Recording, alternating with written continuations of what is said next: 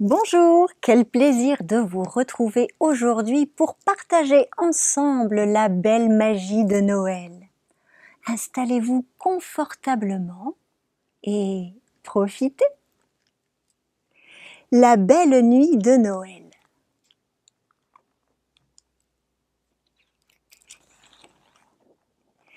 C'était la veille de Noël, quand dans la maison rien ne bouge, pas une créature, pas même une souris.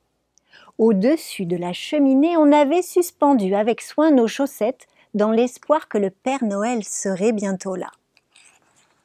Les enfants, blottis dans leur lit, dormaient bien au chaud comme au creux d'un nid, pendant que dansaient en ronde dans leur tête bonbons, caramels et sucettes.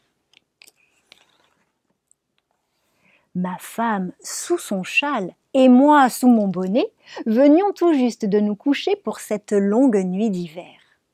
Lorsque, au dehors dans le jardin, j'entendis comme un cliquetis. Je sautai du lit. D'où venait ce bruit? En un éclair, je fus à la fenêtre, écarter les rideaux et tirer le volet. La lune reposait sur un tapis de neige et éclairait comme à midi le paysage familier.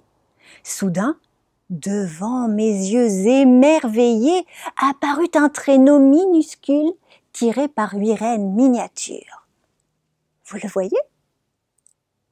Il était conduit par un petit cocher à l'air si vif et si enjoué que j'ai su tout de suite que ce devait être le Père Noël. Plus rapide que des aigles, ses coursiers l'emportaient, ils sifflaient et appelaient chacun d'eux par son nom. Tornade, danseur, furie, fringant. Va comète, va Cupidon, va tonnerre, et toi aussi éclair. Jusque sur les terrasses et par-dessus les murs, allez, allez, foncez à toute allure. Alors, comme les feuilles mortes rencontrant un obstacle s'élèvent en tourbillon emportés par le vent, les rennes galopèrent jusqu'au toit de notre maison, tirant le traîneau merveilleux et le Père Noël avec eux. Là, j'entendis le joli pas de chaque petit sabot caracolant sur les ardoises.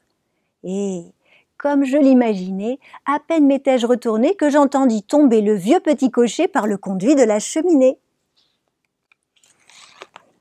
Vêtu de fourrure de la tête aux pieds, son habit était tout terni de cendre et de suie.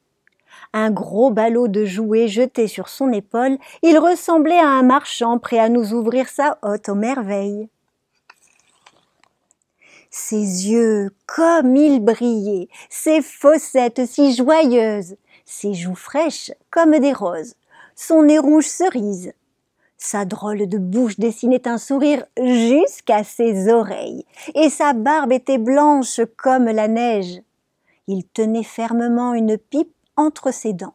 Une couronne de fumée flottait au-dessus de sa tête. Il avait un visage rond, un petit ventre rebondi qui remuait quand il riait. Il était dodu, potelé, lutin si vieux, si joyeux que je ne pus me retenir d'éclater de rire. Un clin d'œil, un hochement de tête, et je compris bientôt qu'il n'y avait rien à craindre. Il ne dit pas un mot et travailla sans trêve à remplir nos chaussettes de cadeaux merveilleux. Puis, se tournant comme un ressort et passant son doigt sur son nez, il me salua et repartit par la cheminée. Sautant dans son traîneau, sifflant son équipage, il reprit sa route folle comme s'envole le duvet d'un chardon.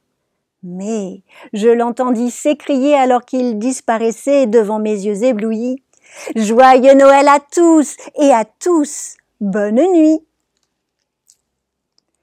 Et moi aussi je vous souhaite un joyeux Noël.